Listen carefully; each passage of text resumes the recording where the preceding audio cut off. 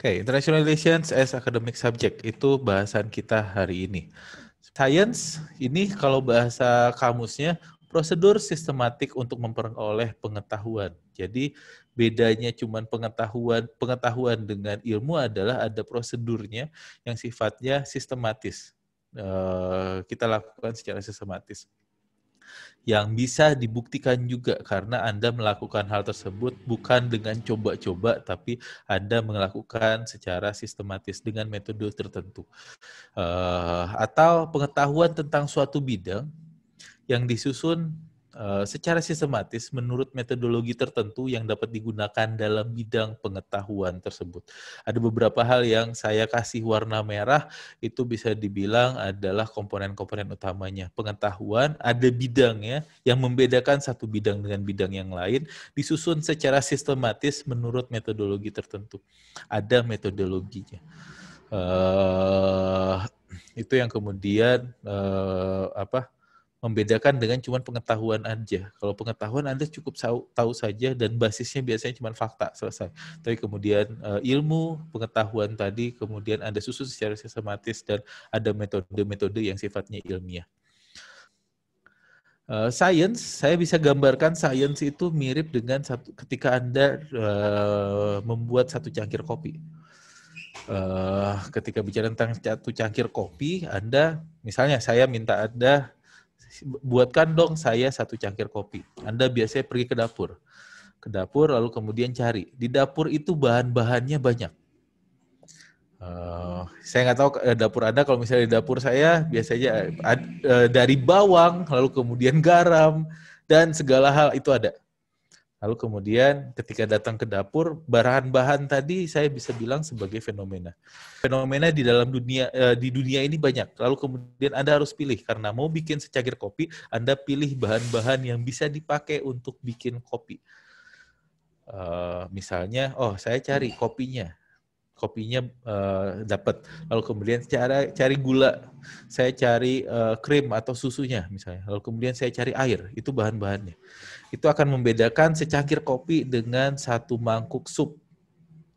Fenomenanya kemudian berbeda. Kalau sup berarti Anda cari bahan-bahan yang berbeda. Jadi akan membedakan, ini loh fenomena HI, ini loh fenomena non-HI. Fenomena di ilmu lain misalnya, yang kemudian akan membedakan. Lalu dari fenomena tadi, Anda mau bikin apa? Ilmunya tadi untuk ngejelasin apa?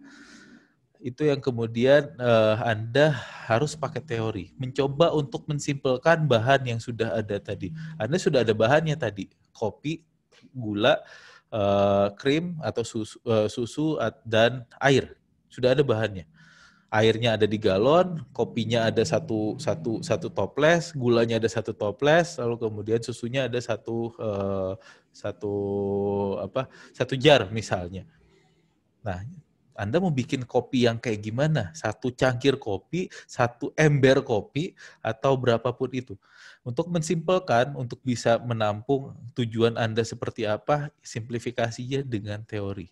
Anda pakai teori tertentu dengan fakta yang ada, tadi fenomenanya sudah dipilih, tapi kemudian fenomenanya kan cukup banyak juga.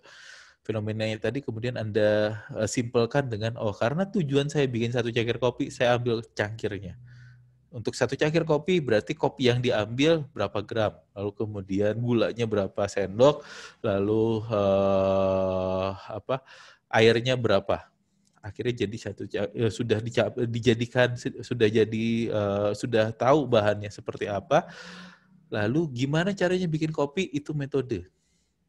Itu caranya kemudian bisa Anda kocok manual pakai sendok, atau bisa saja kemudian karena Anda punya mesin espresso dibikinkan espresso, atau Anda pakai Vietnam drip dibikinkan Vietnam drip, atau malah ya udah nungguin aja sampai besok kita bikinkan kayak cold brew-nya dan sebagainya. Banyak banget metode-metode yang kemudian bisa dipakai, yang hasilnya kemudian akan berbeda. Tapi jadinya adalah tadi, lagi-lagi Anda punya tujuannya adalah bikin satu cangkir kopi. Jadi itu bisa diibaratkan sebagai ilmu di mana ada fenomenanya, yang Anda harus pilah yang mana fenomena HI dan mana yang non-fenomena HI. Fenomena HI-nya sudah ketahuan, kemudian Anda fenomena HI itu mau dijelaskan seperti apa? Oleh teori. Dianggap bahwa negara A dengan negara B, Anda mungkin berargumen bahwa negara tersebut saling bersaing. Pakai teori yang bicara tentang persaingan. Ada yang bilang, oh negara tersebut sedang kerjasama. Anda jelaskan, kemudian pakai teori kerjasama, dan sebagainya. Setelah itu, gimana cara membangun itu semua, menyatukan itu semua dengan metodologi. 3 hal tersebut bisa dibilang sebagai komponen dari sebuah ilmu. Ada fenomenanya dan jelas fenomenanya berbeda dengan fenomena-fenomena di ilmu lain. Lalu kemudian ada ada teori tertentu yang kemudian berbeda juga dengan ilmu-ilmu lain. Kemudian ada metode yang khusus juga yang bisa digunakan untuk menjelaskan ilmu tersebut. Dan 3 hal ini bisa dibilang sudah dimiliki oleh HI. Dan HI bisa dibilang sebagai sebuah ilmu. Ada distinktif terkait dengan phenomenon, method, lalu kemudian theoretically. Oke, kita lanjut. Kemudian apa sih kerjaan dari saintis atau ilmuwan? Kita sepakat dulu tadi bahwa HI adalah ilmu. International relation is a science, not only knowledge. Karena beda, kalau knowledge itu biasanya bilang bahwa ada fenomena-fenomena, selesai. Tapi kalau kita adalah ilmu, sehingga kita harus bisa menjelaskan sesuatu terkait dengan hal tersebut. Dan kenapa dibilang sebagai ilmu? Karena HI, International Relations, have fenomena. Kita punya fenomena yang bisa dibilang membedakan HI dengan ilmu-ilmu lainnya. Lalu kemudian kita bisa metodenya kita ambil dari ilmu sosial, dan ilmu sosial biasanya metodenya dua cara, either kuantitatif atau kualitatif, dan dua-duanya bisa dipakai di HI. Ya teman-teman yang wah saya nggak pengen masuk HI supaya nggak belajar matematika, boleh, Anda bisa masuk yang kualitatif. Tapi kemudian ada yang mikir, mungkin saya suka matematika, tapi saya suka juga ilmu sosial. Bisakah saya survive di sini? Bisa. Anda bisa kok pakai metode yang kuantitatif untuk menjelaskan kejadian-kejadian sosial. Lalu kita punya theoretical framework, kita punya kerangka teori sendiri, dan sudah cukup banyak teori-teori yang berkembang di HI. Walaupun, nah ini disclaimer juga, HI banyak meminjam dari ilmu lain. Jadi kayak misalnya minggu-minggu lalu saya jelaskan ada realisme, liberalisme, dan sebagainya. Itu banyaknya diambil dari ilmu politik. Dan kita minjam dari ilmu politik. But it's okay karena untuk menjelaskan fenomena yang sifatnya lintas batas negara, dan yang dari ilmu politik kita adaptasi. Kenapa dari ilmu politik? Karena kita anaknya ilmu politik. Jadi IR is part of political science, sehingga kita menginduk kepada ilmu politik. Nanti kita jelaskan posisi HI dalam rumpun keilmuan seperti apa. Dan we are scientists. Kita adalah ilmuwan, bukan jurnalis, bukan historian. Ini kemudian agak berbeda antara posisi terkait dengan scientist, jurnalis, atau historian. Jurnalis biasanya yang dia lakukan adalah kumpulkan informasi sebanyak-banyaknya, setelah itu kemudian dibuatkan narasi ceritanya, sehingga masyarakat teredukasi atau terberitakan terkait dengan apa yang terjadi, tanpa harus berargumen untuk jurnalis. Karena mereka cuma tugasnya adalah ini yang kejadian, kasih tahu yang kejadian tersebut kepada masyarakat. Walaupun akhirnya kemudian jadi argumen kanan atau kiri atau tengah, it's okay, tapi tugas mereka adalah memberitakan fenomena yang ada di luar sana. Historian sama, biasanya mereka cari fenomena, fakta-fakta terkait kejadian tertentu. Fakta-fakta tersebut kemudian disusun secara kronologis. Awalnya gimana, lalu kemudian di tengah-tengah prosesnya seperti apa, sehingga akhirnya menjadi kayak gimana.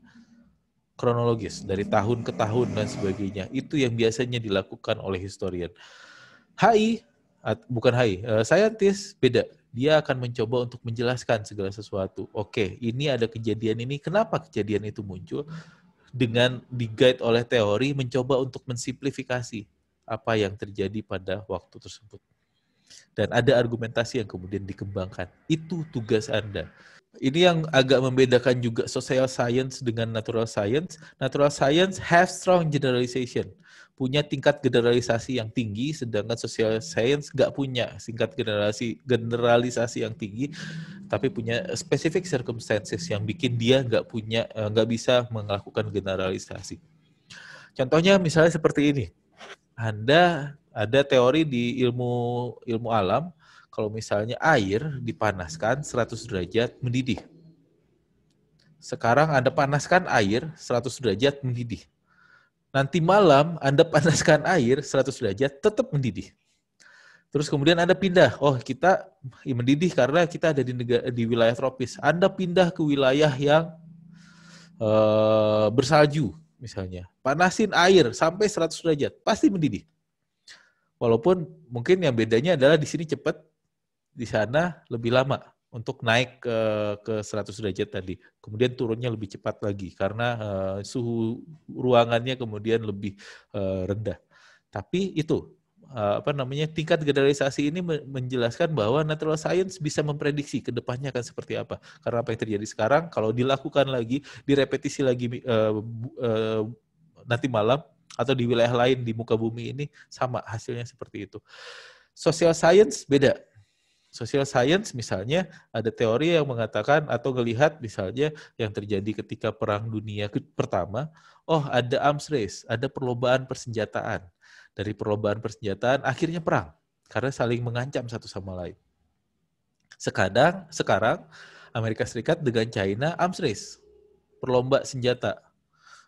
China kemarin baru aja punya atau baru aja ngeresmiin satu carrier, satu kapal induk. Jadi sekarang dia punya 2 kapal induk. Lalu kemudian sudah ada arms race. Apakah kemudian akan jadi perang antara Amerika Serikat dengan China? Belum tentu. Lagi-lagi terkait dengan circumstances spesifik yang kemudian akan terjadi. Dan itu adalah sifat dari ilmu sosial. Dan maka dari itu ilmu sosial tidak ditujukan untuk mendapatkan kebenaran, tapi untuk berargumen terkait kondisi tertentu dan argumen tadi harus bisa dibuktikan. Lalu ini tugas ilmuwan HI. Tugas ilmuwan HI adalah mencoba untuk menjelaskan faktor-faktor terjadinya suatu fenomena HI. Dan ketika ada terjadi fenomena HI tertentu, yang biasanya akan ada di kepala ilmuwan HI adalah bikin pertanyaan. Dan pertanyaan itu harus muncul karena masalah, karena problems. Misalnya kayak begini, Anda ngelihat Amerika Serikat dengan China kok bersaing ya? Padahal kan sebenarnya mereka kerjasama. Investor paling besar di China, investor paling besar di Amerika Serikat itu China. Mitra dagangnya Amerika Serikat itu China. Tapi kok mereka bersaing ya? Harusnya kan mereka nggak bersaing. Muncul pertanyaan tadi. Lalu kemudian Anda jelaskan pakai teori. Amerika Serikat dengan China bersaing karena Amerika Serikat nggak pengen ada sesama great power. Dia pengen jadi satu-satunya great power di dalam sistem internasional. Makanya dia coba untuk nyetop China becoming great power, misalnya seperti itu. Dan ada teorinya, John Mearsheimer yang nulis, judulnya adalah Tragedy of Great Power Politics. Atau misalnya sekarang, kenapa ya negara cenderung menutup diri ketika pandemi ini? Padahal sebenarnya ada masalah pandemi dihadapi oleh semua negara, harusnya kerjasama dong. Tapi kemudian kok saling menutup diri ya, lockdown, lalu kemudian nggak boleh keluar negeri, kalau ada barang dari luar kemudian harus di screening dulu, dan sebagainya.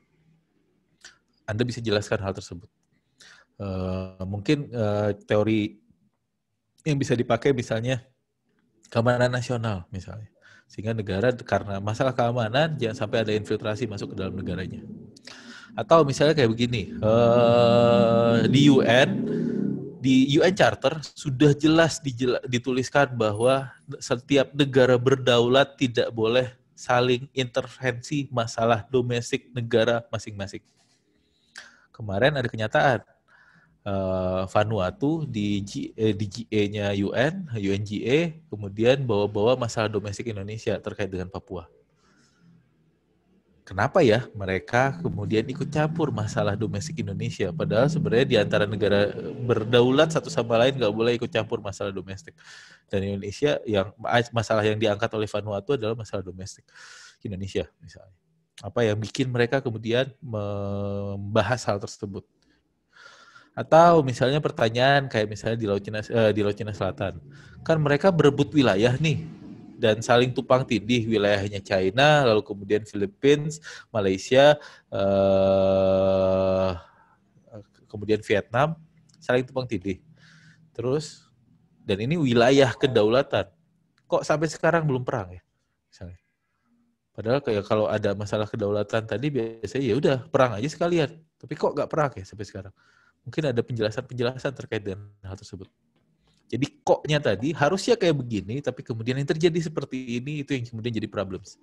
Apa yang sesungguhnya terjadi dengan apa yang seharusnya terjadi bertabrakan. Itu yang kemudian jadi problems, dan problems tadi bisa jadi pertanyaan penelitian Anda untuk Anda jawab. Dan jawabannya pakai apa? Pakai teori. Dan teorinya pasti akan berdebat, it's okay. Misalnya kayak tadi, kenapa sih negara-negara di kawasan Laut Cina Selatan tidak berperang? Ada orang-orang realis yang bilang bahwa mereka nggak berperang karena adanya perimbangan kekuatan. Nggak rasional buat China perang lawan Philippines, yang notabene Philippines adalah aliansi dari Amerika Serikat. Karena kalau perang lawan Philippines berarti perang lawan Amerika Serikat. Jadi China keras-keras lembek di Laut Cina Selatan karena takut memprovokasi Amerika Serikat misalnya. Itu kalau orang realis. Kalau orang liberalis bilangnya mereka nggak perang karena kan mereka bermitra secara ekonomi. Ada interdependensi di bidang ekonomi sehingga mereka nggak mau karena saling ketergantungan di bidang ekonomi, mereka nggak mau meninggalkan ketergantungan tersebut misalnya. Dua jawaban yang kemudian berbeda. Dan itu dua-duanya punya basis teori masing-masing. Ada yang salah, mana yang benar, dua-duanya benar. Dengan basis teori masing-masing. Nanti teorinya kemudian kita akan bahas setelah UTS.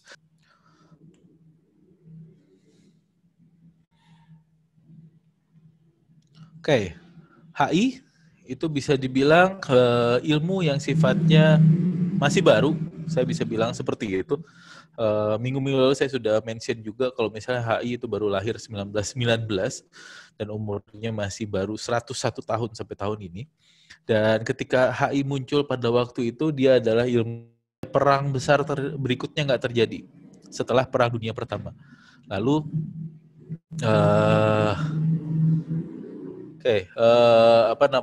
yang dilakukan HI adalah coba untuk nyomot-nyomot ilmu lain. Jadi teori-teori dari ilmu politik itu kemudian dipakai. Realisme itu diambil dari filsuf-filsuf ilmu politik kayak misalnya Niccolo Machiavelli, lalu kemudian Aquinas, Thomas Hobbes dan sebagainya. Lalu kemudian orang-orang liberalis itu ngambil dari Immanuel Kant, John Locke dan sebagainya. Itu realis liberalis. Yang lain pun juga banyak minjem, kemudian diadopsi untuk menjelaskan fenomena yang sifatnya lintas batas negara. Memanfaatkan disiplin ilmu lain untuk menjelaskan fenomena HI. Sifatnya multidisipliner, yang kemudian berkembang ke sini menjadi interdisipliner. Mencoba untuk memadukan aspek-aspek ilmu lain dan mengembangkan pendekatan baru. Jadi ekonomi digabungkan dengan politik, kemudian jadi ekonomi politik internasional. Jadi baru, karena nggak ada ekonomi politik internasional sebelumnya. Hukum dengan politik digabungkan jadi politik hukum internasional, misalnya. Lalu kemudian psikologi dengan politik, jadi psikologis politik, dan sebagainya. Tapi basisnya biasanya adalah politik. Dan kedepannya diharapkan sebenarnya bukan lagi multidisipliner, bukan lagi interdisipliner, tapi HI bisa jadi ilmu yang berdiri sendiri tanpa minjem-minjem dari pihak lain. Tapi kapan itu terjadi kita nggak tahu. Dan apakah salah untuk meminjam itu juga jadi perdebatan di antara para scholars. Kalau saya berpendapat bahwa HI sudah banyak minjem, kemudian jangan minjem-minjem terlalu banyak lagi saat ini. Oke, ini multidisipliner gambarannya seperti ini. Misalnya ada teori di ilmu ekonomi, kemudian ada fenomena HI. Kita pakai teori yang ada di ekonomi tadi untuk menjelaskan fenomena HI. Atau di hukum ada teori atau ada ilmunya tertentu, kemudian kita pinjam, kita bawa untuk menjelaskan masalah yang sifatnya atau terkait dengan fenomena HI. Seperti itu. Jadi benar-benar cuma minjem dari ilmu lain. Kemudian berkembang menjadi sifatnya adalah interdisipliner. Ini gambarnya agak kurang sih sebenarnya, tapi gambarannya kayak begini. Misalnya ilmu psikologi punya ilmu, kemudian politik punya ilmu, yang dilakukan oleh HI adalah gabungkan antara psikologi dengan politik. Jadi psikologi politik internasional. Di dalamnya kemudian teorinya seperti apa? Teori psikologi dan teori politik yang kemudian digabungkan. Jadi coba gabung-gabungin jadi sesuatu yang baru. Karena baru itu belum tentu kemudian Anda bikin from scratch. Bisa saja kemudian A dan B digabungkan kemudian jadi sesuatu yang baru. Atau misalnya di ekonomi ada, politik ada, kemudian ini Anda gabungkan jadi ekonomi politik internasional. Dan ada kajiannya dalam HI seperti itu. Atau hukum ekonomi internasional, ada mata kuliahnya juga terkait dengan hukum dan aspek ekonomi. Misalnya seperti itu. Itu bedanya interdisipliner dengan multidisipliner. Kedepannya diharapkan nggak lagi minjem-minjem, tapi bisa berdiri sendiri, punya pemikirannya sendiri. Lalu ini adalah posisi HI dalam rumpun keilmuan. Jadi ibu dari semua ilmu adalah filsafat. Yang kemudian pembagian besarnya ada ilmu sosial dan juga ilmu alam. Kita lepaskan dulu ilmu alam karena ini bukan ranah kita. Di ilmu sosial kemudian ada anak-anaknya lagi. Ada ilmu ekonomi, ada politik, sosiologi, antropologi, hukum, dan sebagainya. HI ada di mana? Dia adalah anak dari ilmu politik. Anak dari political science. Tapi sifat dari ilmu hubungan internasional ini sifatnya ekstrovert. Walaupun dia anak ilmu politik, kemudian nggak eksklusif jadi punyanya politik. Kita tetap dekat juga dengan ekonomi, nginjem juga teori-teori di bidang ekonomi, sosiologi pun juga seperti itu, antropologi seperti itu, hukum seperti itu. Dan itu yang kemudian membuat kita jadi multidisipliner. At some point, kita kayak belajar banyak hal, sedikit ekonomi, politik, sosiologi, antropologi, hukum, dan sebagainya. Tapi di sisi lain itu yang membuat HI survive dan banyak beberapa tempat kemudian mencoba untuk kita cukup spesifik di dalam bidang ilmu-ilmu tertentu. Itu juga yang kemudian diupayakan oleh HI Unpar untuk bikin ada namanya KBI atau kelompok bidang ilmu. Nanti kita bicara tentang kelompok bidang ilmu. Kita lanjut dulu, lalu kemudian ini kajian dalam hubungan internasional. HI ketika dulu lahir, yang ada di atas ini bisa dibilang first batch-nya yang akan dipelajari di HI. Satu, teori internasional, karena kita coba untuk membangun teori, tapi kemudian ngambilnya jalan pintas dengan pakai dari ilmu-ilmu politik. Karena pengkaji di HI ini banyaknya dulu adalah political scientist. Setelah itu kemudian kita belajar tentang international politics, khususnya bicara tentang hubungan antar negara pada waktu itu, bicara tentang who gets what and how in international scene. Siapa dapetin apa dan kapan dan bagaimana dalam skema internasional. Lalu kemudian untuk ngebangun teori tadi, dipelajari juga international history, khususnya pasca Westphalia Treaty, karena itu di mana negara bangsa, konsep negara bangsa dengan kedaulatannya kemudian ada. Dan yang jadi fokus juga adalah foreign policy, kebijakan luar negeri, bagaimana kebijakan luar negeri dibuat, kenapa negara berperilaku A, B, dan C, dan diplomasi antar negara. Plus satu lagi, ini agak di luar kotak karena ini ilmu yang kebagi sebenarnya. Ada bagiannya anak hukum, ada bagiannya anak HI. Kalau anak hukum biasanya aspeknya adalah aspek hukumnya.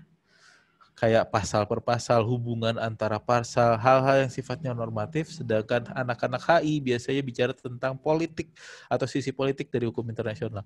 Kenapa negara mau bersepakat? Kenapa dia nggak mau bersepakat? Lalu kemudian apa sih kepentingan dia? Kenapa treaty tadi kemudian dia tolak dan sebagainya?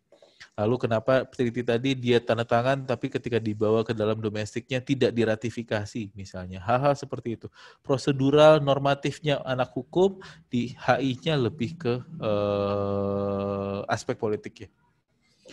Ini awalnya studi HI yang kemudian berkembang ketika masa Perang Dingin sampai kemudian pada saat ini. Ada namanya area studies, studi kawasan. Anda boleh, jadi mungkin nanti ketika lulus dari HI Unpar, Anda bisa cari kotak buat Anda ketika mengambil S2 mungkin nanti. Karena untuk master biasanya cukup spesifik, bukan lagi IR yang cukup besar. Ada area studies, misalnya orang belajar tentang Asia, jadi Asian Studies. Anda akan menjadi ahli Asia dan tahu tentang masalah kultur, bahasa, politik, ekonomi, dan sebagainya khusus di kawasan Asia. Atau Anda menjadi Europeanis, ahli tentang Eropa, Anda tahu kultur dan sebagainya tadi terkait dengan Eropa. Atau mungkin area studies ini bisa terkait juga dengan negara tertentu. Anda mau jadi ahlinya Indonesia, Indonesianis, ada. Banyak orang-orang luar di sana yang dicap sebagai Indonesianis. Ngerti banget tentang Indonesia dari aspek politik, ekonomi, militer, dan sebagainya. Itu area studies dan Anda bisa banyak jurusan-jurusan di luar sana yang buka buka S2 master degree untuk area studies. Lalu yang kedua IPE, International Political Economy. Ini bukan melulu bicara tentang ekonomi, tapi bicara tentang khususnya adalah bagaimana state berhubungan dengan market. Negara berhubungan dengan pasar. Itu yang jadi fokus utama dari International Political Economy. Jadi silakan kalau misalnya ada yang mau bicara tentang hal tersebut. Lalu kemudian atau ingin memperdalam bidang tersebut. Lalu ada lagi Security Studies, kajian keamanan. Kajian keamanan ini bisa dibilang bicara tentang bagaimana negara cope up with threats. Bagaimana negara kemudian menangani masalah ancaman yang dihadapi dia. Ancamannya siapa? Bisa saja ancaman yang sifatnya tradisional, bisa saja ancaman yang sifatnya non-tradisional. Tradisional itu adalah negara lain, sedangkan non-tradisional bisa saja aktor non-negara. Jadi ada non-traditional securities, ada traditional securities. Kalau traditional securities biasanya pendekatannya adalah militer. Jadi bagaimana menggunakan kekuatan militer dan sebagainya untuk mencapai keamanan. Sedangkan yang keempat, ini yang berkembang akhir-akhir ini karena adanya globalisasi dan sebagainya, bicara tentang transnational society, masyarakat transnasional.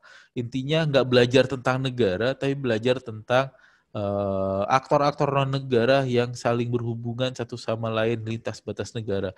Bisa saja NGO, bisa saja individu, bisa saja kemudian mungkin kayak research think tank, universitas dan sebagainya yang memainkan peranan lintas batas negara. Itu kajian-kajian dalam hubungan internasional secara umum. Dan Anda ya diharapkan mungkin nanti ketika lulus dari S1 di Unpar, kemudian ngambil S2, bisa masuk ke kotak-kotak tersebut untuk jadi lebih expert di bidang-bidang tersebut. Lalu kemudian klasternya di Unpar seperti apa? Jadi Unpar coba untuk mensiasati bahwa anak HI itu biasanya nyomot belajar dikit-dikit, tapi kemudian nggak expert. Dan Anda bisa dibilang bukan cukup expert lah ya, diupayakan untuk cukup expert di bidang-bidang tertentu. Dan HI Unpar bikin ada namanya kelompok bidang ilmu atau KBI. Ada 4 KBI di Unpar. KBI pertama adalah ini, International Politics and Security. Politik internasional dan keamanan dan politik internasional. KBI 2 yang ini, International Political Economy, IPE.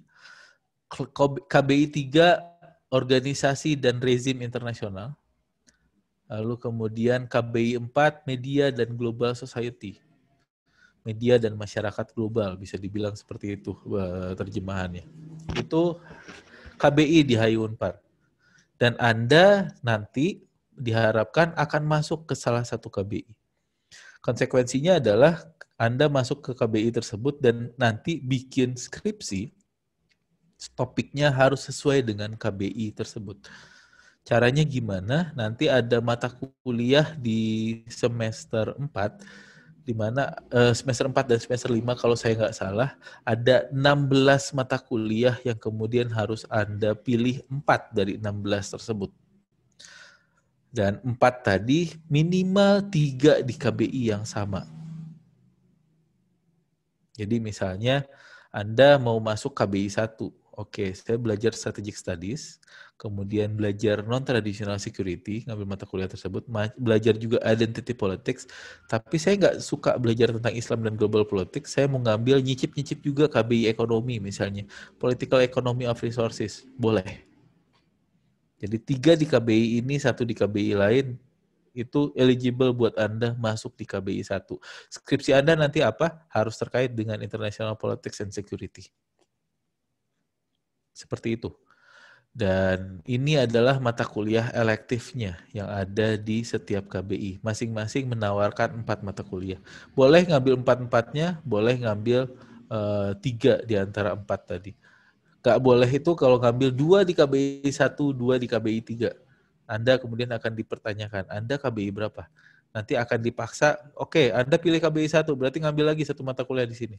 Berarti akan ada lebih kelebihan SKS. Atau ada SKS yang kemudian tidak dihitung untuk Anda lulus nanti. Jadi sayang kan udah ngambil mata kuliah tersebut tapi kemudian nilainya nggak dihitung. Ini mata kuliah elektifnya, tapi selain itu ada mata kuliah yang Anda bakal dapetin semua. Yang di sebelah kiri ini adalah mata kuliah umum. Jadi kayak misalnya semua teman-teman bakal belajar tentang politik internasional. Teman-teman bakal belajar tentang kajian keamanan. Politik luar negeri bakal belajar. Kemudian Peace and Conflict Studies, studi perdamaian dan konflik. Lalu kemudian politik global Amerika Serikat dan politik global China. Ini mata kuliah yang dikelola oleh KBI 1. Lalu kemudian Anda tetap bakal belajar juga International Political Economy atau Ekopolin. Anda bakal belajar International Political Business, Polbisin, politik bisnis internasional. Anda akan belajar tentang ekonomi politik pembangunan. Anda bakal belajar hukum ekonomi internasional, yang sebenarnya ini KBI 2, tapi Anda semua pasti akan belajar. Kemudian KBI 3 itu dia mata kuliah umumnya adalah International Organization, organisasi internasional, dan NGOs and Civil Society Empowerment. Bahasa Indonesianya mata kuliahnya NGO dan penguatan masyarakat sipil. Kalau saya nggak salah. Lalu itu KBI 3, lalu kemudian KBI 4, Anda akan belajar International Communication, Kominter, komunikasi internasional. Oke, sorry, ini saya salah. Diplomacy and Practice ini mata kuliah umum, semuanya kemudian kena, dan ini bukan dikelola oleh KBI 4. Anda akan belajar media, budaya, dan masyarakat. Ini yang memang dikelola oleh KBI 4. Jadi semua yang di sebelah kiri itu akan Anda pelajari. Yang akan membedakan anak KBI 1 dengan KBI 4 atau KBI yang lain adalah mata kuliah elektif yang kemudian Anda ambil. KBI 1 akan ngambil Strategic Studies. Strategic Studies itu mata kuliah yang ngebahas tentang bagaimana negara menggunakan kekuatan militer untuk dapetin kepentingannya. Lalu kemudian Non-Traditional Security, bagaimana negara mengatasi masalah-masalah ancaman yang muncul dari aktor non-negara, kayak misalnya terorisme, lalu kemudian global warming, bisa dibilang seperti itu, atau sekarang pandemi ini adalah non-traditional security. Ancaman yang muncul dari, bukan dari negara lain, tapi dari kejadian atau fenomena tertentu. Kemudian politik identitas, itu juga akan dipelajari di KBI 1. Kemudian Islam dan politik global. Kita nggak belajar tentang Islam sebagai agamanya, tapi Islam sebagai gerakan. Dan gerakannya bisa dibilang gerakan yang sifatnya bisa sangat radikal dengan melakukan tindakan-tindakan terorisme dan sebagainya, sampai kemudian ada gerakan-gerakan yang sifatnya sosial. Sekolah, lalu kemudian rumah sakit dan sebagainya. Ini Islam and Global Politics. Itu KBI 1. KBI 2 ada pemerintah, bisnis, dan masyarakat. Kalau saya nggak salah, ini mata kuliah banyaknya bicara tentang CSR, Corporate Social Responsibility. Bagaimana negara punya tugas, kemudian dibantuin juga oleh bisnis untuk bisa memperdayakan masyarakat. Lalu kemudian International Trade Principle, prinsip-prinsip perdagangan internasional. Ini mata kuliah, kalau nggak salah, mata kuliah yang sifatnya praktik, tapi Anda praktiknya simulasi untuk melakukan perdagangan terkait dengan saham dan sebagainya. Kalau saya nggak salah seperti itu. Lalu Fair Trade as Alternative Trade System, ini mata kuliah yang Fair trade itu adalah sistem perdagangan yang lawan katanya adalah free trade, perdagangan bebas. Ini perdagangan adil, di mana perdagangan yang ditujukan adalah perdagangan di mana semua mendapatkan keadilan. Karena sistem free trade yang sekarang nggak adil. Nggak adil karena misalnya ketika bicara tentang kopi, yang upayanya paling gede itu petani. Dari sejak menanam, kemudian memanen, dan sebagainya. Tapi yang dapat uang paling banyak itu adalah retailer. Kafe-kafe itu yang kemudian dapetin uang lebih banyak. Sedangkan petani dapat uang paling kecil dibanding dari komoditas tersebut. Itu yang nggak adil, dan itu yang diupayakan oleh gerakan-gerakan fair trade. Lalu political economic resources, politik sumber daya intinya adalah ada sumber-sumber daya yang kemudian jadi bahan pertarungan politik antar negara, kayak misalnya minyak, lalu kemudian gas alam, dan sebagainya. Kemudian ada rezim dan organisasi internasional, ada mata kuliah global leadership. Nanti Anda akan belajar terkait dengan kepemimpinan, tapi melihat tokoh-tokoh global. Jadi intinya ini adalah mata kuliah kepemimpinan. Lalu Strategic Planning for International Organization, ini agak praktik juga, Anda disuruh bikin proposal-proposal, lalu kemudian proyek-proyek yang biasanya dijalankan oleh NGO, biasanya seperti itu. Lalu kemudian Gender and IR, biasanya mencoba untuk menjelaskan aspek lain dari politik global di mana selama ini didominasi oleh kelompok maskulin. Tadi saya bilang realis, liberalis tadi, itu dianggap sebagai sesuatu yang sifatnya sangat maskulin. Levelnya biasanya dibilang yang dikedepankan adalah rasionalitas, lalu kemudian materi, power. Sedangkan kalau gender itu ngelihat bahwa ada aspek lain kok yang bisa diupayakan. Aspek-aspek feminis kayak misalnya care, lalu kemudian saling memahami satu sama lain, dan sebagainya. Yang biasanya seperti yang ketika hubungan antar negara diperlihatkan seperti hubungan kayak orang tua ibu kepada anaknya misalnya. Nggak bakal berantem antara ibu dan anak, nggak akan berperang antara ibu dan anak. Itu yang kemudian coba ditawarkan di Gender and Internationalization. Lalu kemudian International Management, ini manajemen lintas budaya. Ini mata kuliah baru, saya nggak tahu juga kemudian di dalamnya biasanya ngebahas tentang apa. Tapi mungkin lebih ke aspek-aspek manajemen. Lalu di KBI 4, Media and Global Society, ada Global Communication Network, jaringan komunikasi global termasuk media sosial dan sebagainya, itu akan dibahas di sini.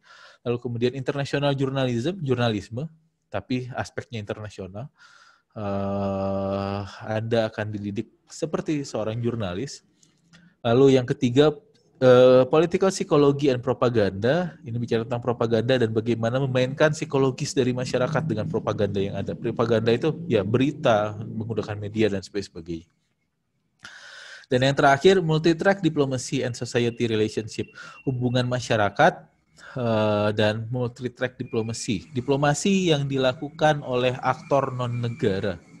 Jadi bukan negara. Karena first track itu yang kemudian dilakukan oleh negara, multi-track itu yang dilakukan oleh aktor-aktor non-negara atau society. Itu mata kuliah yang kemudian mungkin akan Anda ambil nanti. Jangan dipusingkan dulu, tapi ini cuma saya coba untuk mengenalkan Anda. Ada klaster-klaster seperti ini yang coba dibangun di jurusan atau departemen IR departemen, jurusan hubungan internasional di Unpar, dan Anda harus memilih nantinya. Supaya diharapkan Anda bisa cukup expert di bidang-bidang tertentu. Kelas kita sampai di sini, kita ketemu lagi minggu depan, dan jangan lupa mengupload tugasnya. Selamat sore dan salam sehat buat semua teman-teman.